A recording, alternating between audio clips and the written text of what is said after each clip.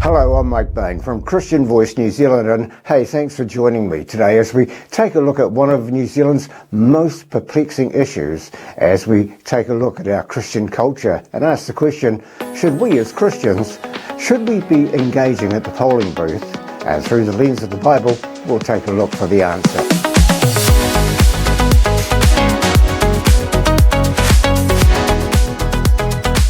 Well, the question of whether Christians should participate in voting and support governments has long been a source of debate. Recent low voter turnout in local government elections has, it's prompted reflection on the reasons behind this apathy. Like, is it due to indifference, a lack of understanding about the candidates and their backgrounds, or complacency about democracy, or maybe a belief among some Christians that only heavenly government is acceptable? Well, New Zealand stands out as one of only 17 countries that have maintained an unchallenged democracy over the last century. Hey, this is a significant achievement and we're celebrating, don't you think? However, the nation's leadership faced considerable challenges at the beginning of the current decade.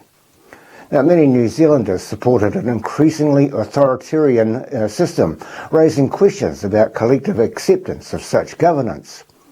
The last election suggests that a substantial portion of the population still believes this was the right direction, particularly those on the left side of the political spectrum.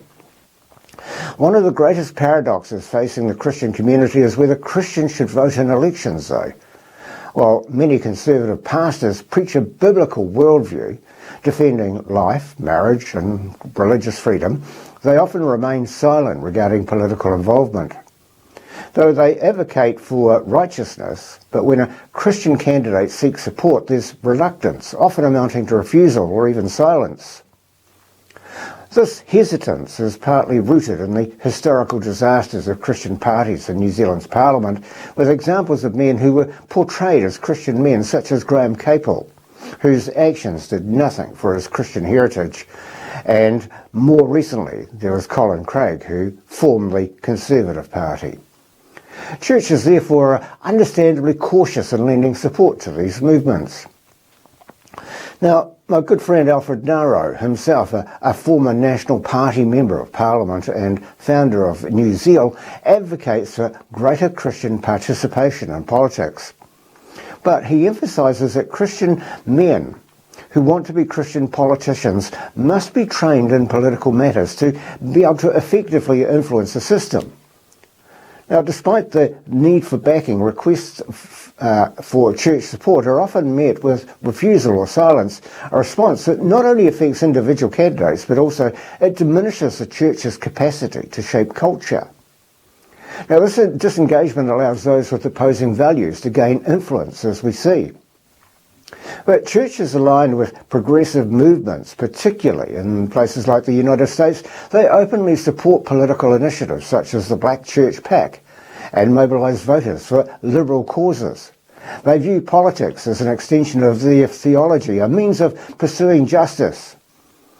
Conversely, though, many conservative pastors regard political involvement as unspiritual, as though God's sovereignty does not extend to the voting booth. This perspective is not only perplexing, but it's also tragic, as it forfeits opportunities for things like discipleship. Elections are moments that challenge believers to confront their moral questions about life, their family, stewardship and truth. They test whether Christians truly believe Christ is Lord over all aspects of life, including government. So, when pastors avoid political issues, they miss the chance to teach congregations how to live out their faith in the public square. Now, the issue is not partisanship, but principle. Pastors should guide their communities in discerning candidates who uphold biblical truth rather than avoiding division.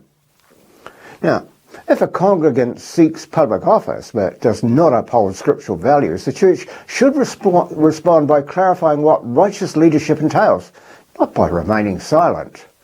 Disengagement from civic matters inadvertently empowers ideologies contrary to the church's teachings. Silence in the face of moral decline is complicity, it's not neutrality. The consequences of silence are evident. Charlie Kirk lost his life calling the church to stand for truth and courage during times of moral confusion. Dr. Voddie Baucham spent his final days warning against cultural Marxism and the departure from biblical orthodoxy and both church and society. Now, these individuals exemplified the call to awaken the church to its responsibilities, demonstrating that faith without action is dead and silence in response to deception is a form of apostasy. Christian faith compels believers to act. Elections are not distractions from the gospel. They are opportunities to apply its teachings in public life. So supporting a godly candidate is not merely political, it's an act of obedience, fulfilling Christ's command to be salt and light in all spheres of society, Matthew 5. Pastors are called to reclaim their prophetic role, guiding their congregations to think biblically about every aspect of life, including civic duties. Now, the church must recognise that engagement with culture is not optional. It's a profound spiritual act, applying biblical truth to the stewardship of freedom. If the church abstains from cultural engagement when it matters most, it relinquishes the moral authority to critique the trajectory of society. Okay, I'm going to leave it there for today. As always, we love reading your feedback, and once again remind you to sign up for our weekly newsletter. At the moment, you can send us an email to christianvoicenewzealand@gmail.com with the word subscribe on the topic. And every Wednesday, well, you'll just receive it in your inbox. And if you haven't caught up on this bit of news, we launched our news site, www.cvnznews.com. which is being updated by the team daily and as we speak with both Christian and secular news. And just on that, hey, we do require a hand to finish off some bits and pieces on the site. So if you're a bit of a whiz or a superstar at websites and you can freely assist me, just drop me an email with your contact details. We really appreciate it. And for those who love the King James Version of the Bible, let me leave you with this message from Psalms 31:23. Are you ready? Oh, love the Lord, all ye his saints, for the Lord preserveth the faithful, but plentifully rewardeth the proud doer. We don't speak like that anymore, do we? But anyway, as for the King James people, hey, until next time.